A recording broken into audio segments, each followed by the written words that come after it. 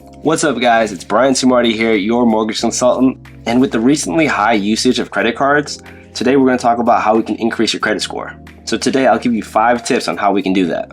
Let's just quickly talk about credit scores, what are they, and what are the ranges of the numbers.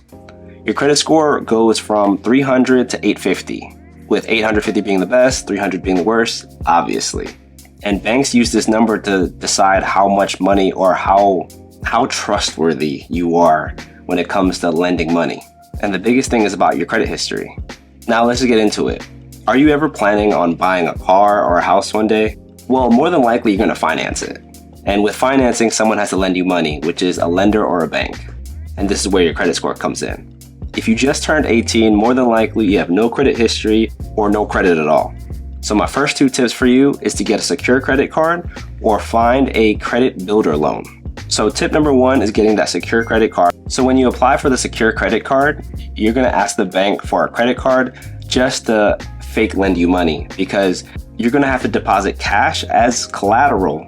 So they use that money against you if you don't pay it back. This is like the first building blocks to teach you how credit is used and how to pay it back on time. Then tip 2 is pretty much the same thing.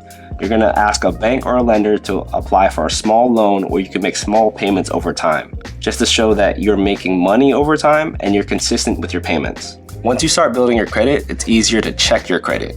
So using apps like Credit Karma or using your bank app is a good way to kind of get a judgment, even though they're not the same credit scores that we pull for a mortgage loan. And every year you can go to Experian, TransUnion, or Equifax.com and get a free credit score to check for any errors or inaccuracies, which also leads to tip number 4, and that's keep your utilization low.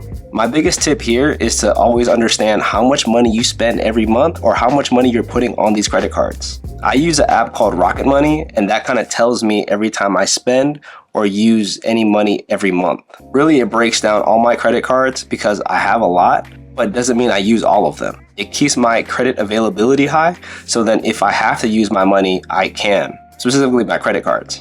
So this is a good example. If I spend $3,000 a month in total expenses, then I should need at least a $10,000 credit availability to me.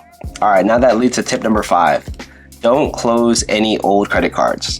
Your credit history is one of the major things that affects your credit score. So I had a buyer consultation recently, and I had this funny joke when it comes to your credit score. Your credit score is kind of like dating. So I said it like this: the more you date, the more chances you are to get better at dating. You kind of learn what you like and you kind of learn what's good and what's bad. So I think it's the same thing when it comes to learning your credit. If you have a proven track record of you not making mistakes in dating, or really your credit, or having people lend you money and you paying them back on time, you have a higher chance of people giving you more money in the future. Then I kind of retracted my statement, but I think it's also with friends. So the more friends you have and you don't cut ties or burn bridges with them, then the more likely you have more friends, because most people like people who are liked, who are known and liked, if that makes sense. So just like don't burn bridges with your credit companies unless they charge you to be their friend. Like some credit cards pay an annual fee. Avoid those at all costs unless the benefit's there, like the American Express Gold Card. And here I'll throw a bonus one.